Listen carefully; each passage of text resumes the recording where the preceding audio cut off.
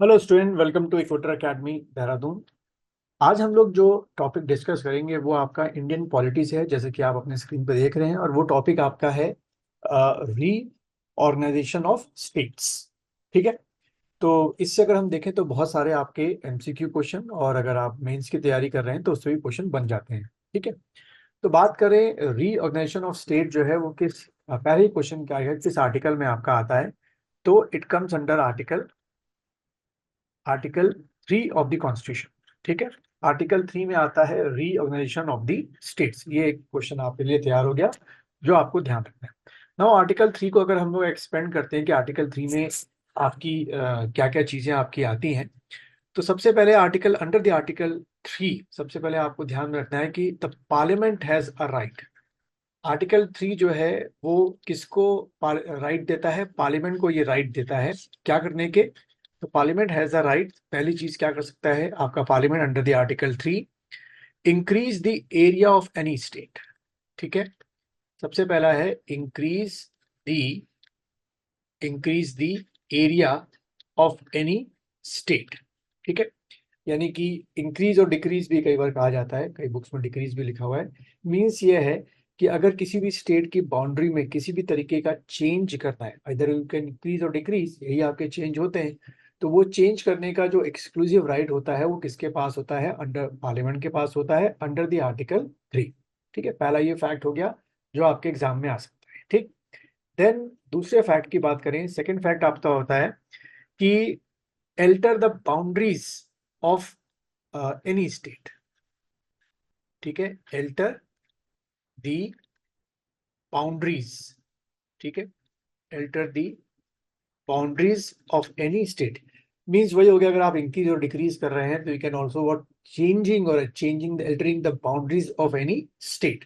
मान लो कोई पर्टिकुलर, जैसे हम बात करें अपने उत्तराखंड की बात करें, तो हमारे उत्तराखंड में जो हरिद्वार है उसको बहुत दिनों से, शुरू से जब 2000 में बना था तो यूपी डिमांड करता था कि वो हमको दे दिया जाए।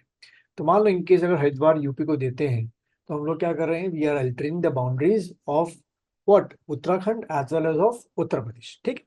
तो वो चीज है। तो ये भी हो गया alter the boundaries of any state. Then अगर थर्ड की हम लोग बात करें, alter the name of any state. अगला लिखो, alter alter the name of any state. ठीक। जैसे कि हमारा पहले नाम उत्तरांचल हुआ करता था, उसका नाम हमने चेंज करके क्या कर दिया? उत्तराखंड कर दिया। ठीक है। तो ऐसे अगर किसी भी स्टेट का नाम चेंज करना है तो वो चेंज करने की एक्सक्लूसिव पावर किसके पास है? पार्लियामेंट के पास है। ठीक। उसके बाद फोर्थ आप कह सकते हो कि to form a new state. अगर कोई नया स्टेट बनाना है, to form a new state, तो वो नया स्टेट, नया नया राज्य, न्यू स्टेट बनाने का भी एक्सक्लूसिव राइट किसके पास है? It is in the hand of the parliament to form a new state. अब now you have to understand कि न्यू स्टेट्स कैसे बनते हैं, how the new states has been form. Either you are breaking the existing state, जैसे कि UP जा, before the 2000 UP को break किया गया और यूपी से आपका क्या बन गए? उत्तराखंड हमारा बन गया। और एक क्या बन गया आपका? वही एग्जिस्टिंग यूपी, बट उत्तराखंड का एरिया छोड़ के। इसी तरीके से अगर हम देखें, क्या आपका एमपी बिफोर द 2000, इससे क्या बना आपका? छत्तीसगढ़ बना। ठीक है। इससे क्या बना आपका? छत्तीसगढ़, और आपका एमपी बना। ठीक। तो under this act the parliament can form a new state. तो नए स्टेट एक तो बनते हैं कैसे? ब्रेक करके। दूसरा तरीका नया स्टेट बनने का क्या होता है? बाय मर्जिंग टू और मोर देन टू स्टेट्स। कैसे? मान लो हिमाचल और उत्तराखंड को मर्ज करके एक नया हिमालयन स्टेट बना दिया जाए, या हरियाणा और पंजाब को मर्ज करके नया स्टेट बना दिया जाए। तो नए स्टेट का फॉर्मेशन दो तरीके से होता है। By two method you can form a new state, either you are breaking the existing state, और यू आर मर्जिंग टू और more than two state and form a new state. ठीक है।